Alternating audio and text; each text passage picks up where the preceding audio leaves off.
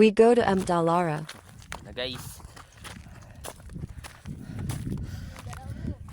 By the way, pupunta kami ng Mount Dalara. Adik dia. Ganda yan dito. Okay.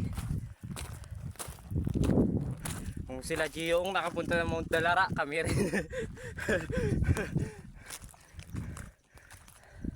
Ganda yan. Oh shit. Wind drop. Ganda yan guys. So, pakita ko sa inyo. Yan.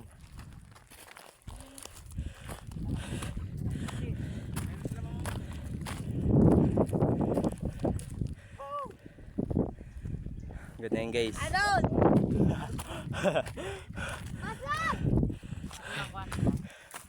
Asaran niya.